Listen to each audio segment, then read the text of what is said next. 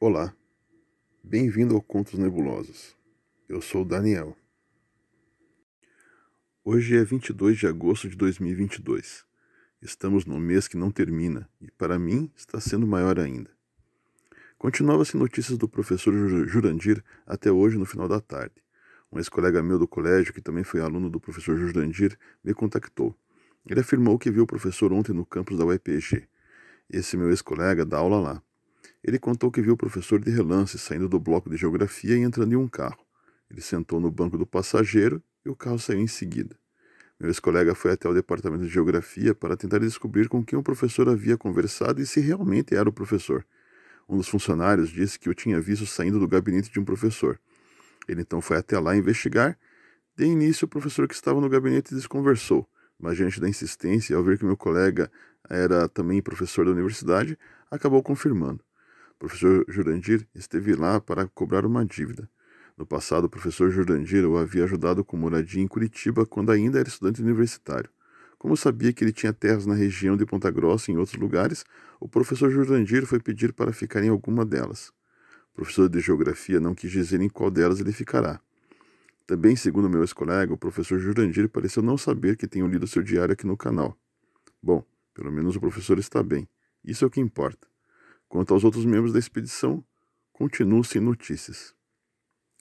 Este trecho que lerei no vídeo de hoje foi o início da perturbação que esse diário me causou. Um misto de revolta e impotência diante do que o ser humano é capaz de fazer e achar que está correto em agir dessa forma. Eu realmente não esperava que uma expedição buscando encontrar a verdade sobre uma cidade perdida em plena selva amazônica iria penetrar não só nos segredos da floresta, mas como nas entranhas da maldade humana. 21 de julho de 2022. Acordamos bem cedo, assim que clareou. Não que haja muita luz, as copas das árvores vedam tudo. A luz do sol passa só em alguns lugares. Não comemos, deixamos para comer aqui no acampamento. Ele fica à margem de uma lagoa grande. Murilo Gama. Estamos acampados ao sul da lagoa. Assim que chegamos, Espoleta e Matias vieram nos ajudar. Tem mais 3 no acampamento: Sérgio Canguçu, Nego Zóio e Antoninho. Esse último é meio carrancudo, parece que está o tempo inteiro bêbado. Os outros 2 são bem faladores. Interessante que são na maioria do tempo bem sociáveis. Só pediram para não tirarmos fotos ou filmarmos o acampamento. Mas não disseram nada em escrever diário. Hehehehe. O lugar é limpo, mas tem de tudo. Tudo que não poderia ter. Animais enjaulados, na maioria pássaros, dos mais coloridos. Ricardo está muito irritado, mas falei para ele se acalmar. Tem alguns filhotes de micos também. O acampamento não fica todo concentrado em um lugar só. Os animais enjaulados ficam no meio da selva, mas perto. Dá para ver daqui. Teco disse que o chefe está com mais 4 chegando. Já é quase hora do almoço. Se realmente forem 4 com o chefe, fechem 11 caçadores. Ricardo está preocupado. Eles não sabem que temos um revólver. Só sabem dos facões que carregamos à cintura. Acho que Ricardo está preocupado à toa. Fernando fica especulando os caçadores sobre avistamentos, fantasmas, espíritos, duendes, todas essas coisas. Cada um conta alguma coisa. Diz o Fernando que já tem material para um livro. Nego Zóio e Antoninho preparam o almoço. Riram do meu Ricardo. O almoço é peixe pescado na lagoa mesmo. Ricardo comeu parte da ração que trouxe com um ensopado que os caçadores fizeram. Quando estávamos terminando de comer, o chefe e mais 4 chegaram. Cabelo é um com topete. Carlos Adão, Tonico Coiote e Alvarenga. Esses são os 4 caçadores que vieram junto do chefe. O chefe, bem, o nome dele é Arrata. Aqui preciso fazer um parêntese. Esse Arrata se escreve A-H-A-T de tatu, A. Acredito que a pronúncia mais certa seja Arrata. Outra pronúncia meio que não faz sentido. Agora que todos estão aqui, preciso registrar algo. São todos brancos. O Negozóio tem olhos verdes. São queimados pelo sol. São vermelhos. Não tem nada de sangue indígena nem negro. A altura varia. Antoninho é o único gordinho. Todos magros, atléticos, mas o chefe, a rata, é algo fora do normal. Dizem que tem 1,95 m de altura. Eu acredito, o Fernando tem 1,84 m, o mais alto de nós, e parece pequeno do lado do chefe, a rata. Não tem um pelo no corpo, careca de tudo. Nem sobrancelha o homem tem. Sorridente, os dentes perfeitos. Assim que chegaram, o chefe, a rata, nos cumprimentou rindo. Os outros também simpáticos. Sentaram juntos para comerem. Chefe Arrata fala pelos cotovelos e fala alto, gargalha. Não esconde nada. Disse que caçam para vender para o exterior, caça por diversão, falou que tem negócios em várias cidades, inclusive do sul. Quando eu disse que era de Curitiba, começou a falar das vezes que esteve lá. Conhece o país inteiro. Perguntei sobre os javaporcos, e ele me disse que não se interessa por caça assim. Ele não mata os bichos, caça só para vender. Só mata o que vai comer e mesmo assim quem o faz são os outros. Fala da selva como se a amasse. Disse que tudo que ele e os outros têm veio dela. Negócios com madeireiras, garimpo, pesca e caça. Começou a beber e a falar mais. Diz que volta e meia assessora turistas que vêm caçar. É a primeira vez que guiava cientistas. Ele chama todos nós de doutor. Ricardo falou algo em francês em um momento e o chefe Rata completou. Disse que aprendeu 5 línguas indígenas e que fala inglês, francês, alemão e espanhol. Disse que arranha o holandês. Tudo graças aos contatos que fazem em toda a floresta. Falou que tem prostíbulos. Eu também estava bebendo. Acabei falando de minhas preferências. Me ofereceu entrada VIP em várias casas que ele tem. Em determinado momento, perguntou-nos se tínhamos algum gosto peculiar. Falou de um garimpo não muito longe, onde tem uns lances diferentes, especiais. De repente ficou quieto. Olhou bem para nós, pensou um pouco e depois disse: Estou ajudando vocês. Estou cooperando. Poderia deixar vocês no meio da merda, no meio da floresta, mas parei nossos negócios só para ajudar. Eu tenho compaixão. Espero que se lembrem disso quando voltarem para suas casas. Parou mais um pouco, bebeu mais um pouco, deu uma olhada para os companheiros dele e disse: Todos aqui têm família, dependemos disso para viver. Aqui não tem governo, não tem político, não tem polícia, não tem lei. A lei faz quem tem isso, e apontou para as espingardas e outras armas que estavam encostadas numa árvore. Aqui a lei somos nós. Precisamos viver. Lucas estava olhando para o chão, Ricardo estava sério, Fernando parecia alheio. Eu estava apreensivo. As famílias dos ribeirinhos, continuou ele, não têm onde cair mortos. Ninguém ajuda, então sobra para mim. Eu lhes dou a mão. Eu os ajudo. Eu os acolho. Acolho seus filhos. Protejo eles. Se não fossem por mim, estariam mortos. Aqui vive quem se adapta. Os filhos estão bem. Cuido deles.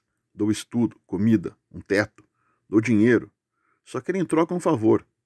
São crianças, para eles é tudo uma grande brincadeira. Quando aparece cliente que quer machucar, damos cabo dele. Eu protejo minhas crianças. Os gringos pagam o que pedirmos. Quando elas crescem, me agradecem. Podem ir para fora, estudar fora, trabalhar longe daqui. Eu não as prendo. Só quero um favor, só um favor. Estávamos em silêncio. Os caçadores estavam sérios, nos olhando.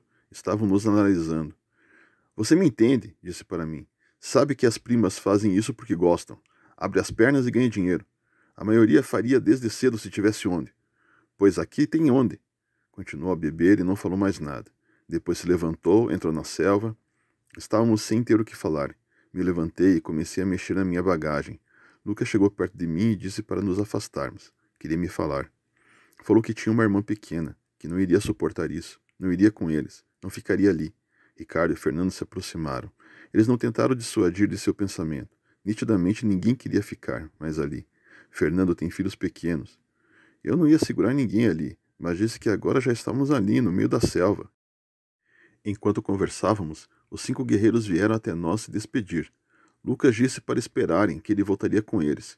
Pedi para Lucas se acalmar. Precisávamos dele e estávamos tão perto. Aí ele me disse que eu só pensava na expedição. Eu disse que não era isso, mas estávamos ali, no meio do nada. Ratanabá não estava longe. Os outros também tentaram acalmá-lo. Os guerreiros se foram e Lucas ficou. Ele é o mais novo de nós, está perturbado. Não que eu não esteja, mas a vida nos deixa mais calejados. Nós sabemos sobre a realidade do mundo. Sabemos o que existe por aí, mas nos fechamos no nosso mundo e fingimos que essas coisas acontecem lá longe, bem longe de nossas grandes cidades, longe de nossas 4 paredes. Pois agora estamos bem nesse lugar. O longe ficou perto, aqui onde a nossa humanidade é testada. Se sairmos daqui agora, não chegaremos nem perto da aldeia. Sinto isso. O melhor a fazer é ficar para parecer que não ligamos com o que eles fazem. Não nos farão mal se fingirmos que não ligamos. Anoiteceu. Quando íamos jantar, chefe Rata chegou. Trouxe umas garrafas de uísque. Não sei de onde pegou. Parecia que sabia do meu questionamento. Me olhou, disse que tem vários esconderijos e acampamentos de emergência por todo lado. A selva é minha, disse rindo. Jantamos mais peixe e ensopado. Enquanto o chefe Arrata esteve fora, os outros caçadores ficaram dormindo. Todos tinham bebido bastante durante o almoço. Chefe Arrata disse que partiríamos ao amanhecer de amanhã. Onde queremos ir não é longe, mas o relevo é todo acidentado. Demoraremos para chegar devido à nossa carga. Ele disse entender que não podemos deixar nada para trás. Lucas está mais calmo, mas muito calado. Os outros meio que estão resignados. Estão tentando demonstrar que está tudo bem.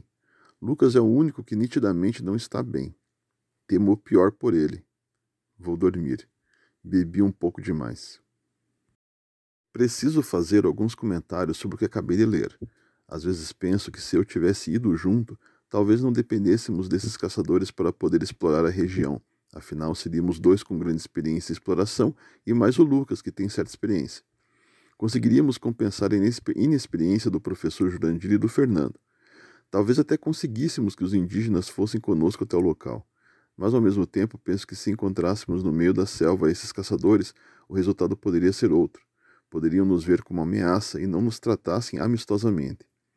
Quando li antes dessa parte, sem gravar, quando li pela primeira vez, comecei a pensar que talvez esses indivíduos fossem os responsáveis pelos temores de desaparecimento do professor, bem como dos outros integrantes da expedição. Imaginei que eles é que os estavam perseguindo. Anteriormente, eu achava que tinha ligação com um empréstimo nitidamente ilícito que eles receberam. Nosso país é imenso. É impossível que as autoridades tomem conta de tudo e sabemos também que há muita omissão por parte de quem deveria olhar por nós. Imaginamos sempre que nesses locais é uma terra sem lei. Mas existe lei. Essa lei do mais forte, de quem pode mais, de quem pode ferir. Quando li isso, lembrei-me de algo que me contaram há alguns anos. Um colega de trabalho me disse que certa vez viajou com o filho para o Maranhão. Ele já um senhor e o filho com uns 20 e tantos anos. Foram conhecer os Lençóis Maranhenses. Enquanto estavam por lá, souberam de um local. Eu realmente não sei onde é, ele apenas me descreveu. Era um local onde, quando tinha maré alta, o mar invadia e enchia uma lagoa ao lado do mar, separada por uma faixa de terra. Os peixes do mar ficavam aprisionados nessa lagoa. Em volta dela era cheia de restaurantes. Os peixes eram pescados e iam direto para a mesa dos restaurantes. O sabor era inigualável. Tentados, os dois foram para lá. Enquanto estavam em um dos restaurantes comendo, eles notaram que haviam vários homens nitidamente estrangeiros, brancos, altos, também almoçando. Com cada um deles havia uma criança. Elas comiam junto. As crianças eram nitidamente nativas. Não eram filhas dos gringos. Alguma coisa começou a incomodar os dois. Eles perceberam que aquilo não era normal. Nitidamente era exploração infantil. De repente entraram dois policiais no restaurante. Se serviram, comeram e foram embora. Meu colega e o filho foram embora sem saber o que fazer. De volta ao hotel, ele comentou com o gerente sobre o que tinham visto e como eles poderiam fazer algo.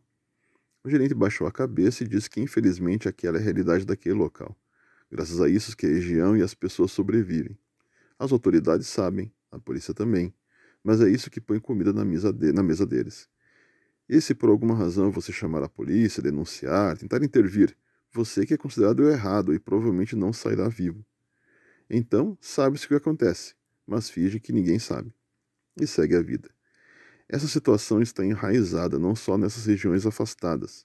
Direto vemos notícias sobre operações de conselhos tutelares da polícia acabando com quadrilhas de exploradores. E onde isso? Nas capitais, em grandes centros urbanos, onde as pessoas, entre aspas, civilizadas, residem, onde a mídia está, onde os órgãos com maior e melhor alcance estão. Mesmo aqui, esses criminosos estão. Então imagine locais distantes da, entre aspas, sociedade. Isso nos revolta, mas fazer o quê? Se quem tem o poder para agir simplesmente fecha os olhos? Para resolver isso, não basta invadir esses locais e libertar essas crianças. Se a vida das pessoas não for mudada, continuarão a fazer filhos e colocarem para ser explorados. É um comércio, uma indústria. Tem que mudar tudo. Educar, dar condição de vida digna, e isso vai dinheiro. Mas sem retorno para os poderosos. O professor Jurandir e a equipe estavam bem no meio disso. É difícil julgar suas ações a partir de agora, estando distante. Mas o que poderiam fazer de melhor na situação que estavam? Só por Deus mesmo. Só por Deus. 22 de julho de 2022. Acordamos bem cedo, tomamos café e nos arrumamos para partir. Quando estávamos prontos, Lucas veio até nós e disse que não prosseguiria. Iria voltar para a aldeia. Eu não queria acreditar. Tentei mudar a ideia dele, mas não teve jeito. No fundo, eu queria fazer o mesmo e os outros também. Meu medo é que o matassem. Sei lá. Estava com medo. Chefe Arrata se aproximou e perguntou se estava ok. Lucas olhou para ele e disse que iria embora. Senti no olhar do Lucas que ele estava esperando o pior. Chefe Arrata disse ok, mas que teria que ir sozinho. Nenhum caçador iria guiá-lo. Lucas se despediu e foi. Ouvi indo, e ele não olhou para trás. Chefe Arrata falou alto para irmos o quanto antes. A cada minuto parado seria 1 hora perdido no meio da selva. Nego Zóio e Matias permaneceram no acampamento. Os outros foram conosco, ajudando a carregar a bagagem. Andamos em silêncio por um bom tempo em direção ao sul. De repente, Chefe Arrata lá na frente parou. Disse que teríamos que descer primeiro à direita para depois irmos em direção ao nosso destino. O terreno é acidentado demais. Sem bagagem daria para atravessar, mas com as caixas seria impossível. Acabamos por dar uma volta longa. Na verdade, paramos muitas vezes. O calor é sufocante. Os caçadores se revezavam no carregamento, assim uns descansavam enquanto outros carregavam. Seguiam Chefe Arrata, Teco e Alvarenga à frente, abrindo caminho. Depois Ricardo, Fernando e eu. Atrás de nós os outros. Carlos Adão, Tonico Coiote, Sérgio Canguaçu, Espoleta, Cabelo e Antoninho no carregamento. Nós dividimos melhor a carga, assim todos nós levávamos um pouco mais do que nossas bagagens pessoais. Íamos com cuidado, olhando para onde pisávamos. Enquanto isso, Antoninho ia com chinelos de dedo, como se estivesse andando numa calçada. Barulhos estranhos nos faziam parar, mas os caçadores não estavam nem aí. Não tínhamos andado muito, quer dizer, tínhamos percorrido pouca distância. Se não fossem por nossos relógios, jamais imaginaríamos que já era meio-dia. É impossível saber onde o sol está. Só dá para saber que ainda é dia, ainda tem luz. Segundo os cálculos do Ricardo, tínhamos andado menos de 1 quilômetro. Que absurdo! Do acampamento até as formações rochosas, relevo ou cidade perdida em linha reta daria uns 14 quilômetros. Meu Deus, se formos nesse passo, levaremos o quê? Uma semana? Já almoçamos. Estamos descansando. Principalmente os carregadores. Chefe Arrata se aproximou de Ricardo e ambos estão conversando. É sobre o melhor caminho para irmos. Estão planejando. Parece que Ricardo está mais animado agora que entramos na floresta. Fernando está ainda chateado com a partida de Lucas. Está também preocupado principalmente por 2 caçadores terem ficado no acampamento. Eles poderiam alcançar o Lucas bem rápido. Estou tentando não pensar nisso. Tivemos que descer alguns barrancos realmente difíceis, mesmo pegando o melhor caminho. Em alguns momentos parávamos e Chefe Arrata, Teco e Ricardo iam por um caminho e depois voltavam. Iam para o outro lado e voltavam. Aí decidiam por onde irmos. Tudo isso gasta tempo, um tempo que não temos. Mesmo assim, depois do almoço, progredimos mais. Até começar a escurecer, cobrimos 4 quilômetros. Chefe Arrata está satisfeito e Ricardo também. Os caçadores estão curiosos para saber o que tanto levamos. Acabamos por abrir as caixas e mostramos o que era. Eles não deram muita importância para os equipamentos. Teco perguntou os valores de algumas coisas. Ricardo chutou uns números. Quando perguntaram por nossos calçados, eu falei o valor real.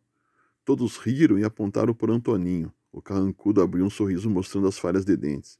Disse que tem olhos nos pés. Se ele calçar algo como consolado, grosso, ele se sente perdido. Estamos acampados. Jantamos e conversamos bastante. Esquecemos por um tempo aquela conversa do chefe Arrata, a desistência do Lucas. Para o sucesso dessa expedição, precisamos nos envolver com eles. Ficarmos relaxados. Se ficarmos em alerta, na defensiva, ou sei lá, é o pior. Estou pregado. Acho que emagreci uns 5 quilos desde quando saímos da aldeia.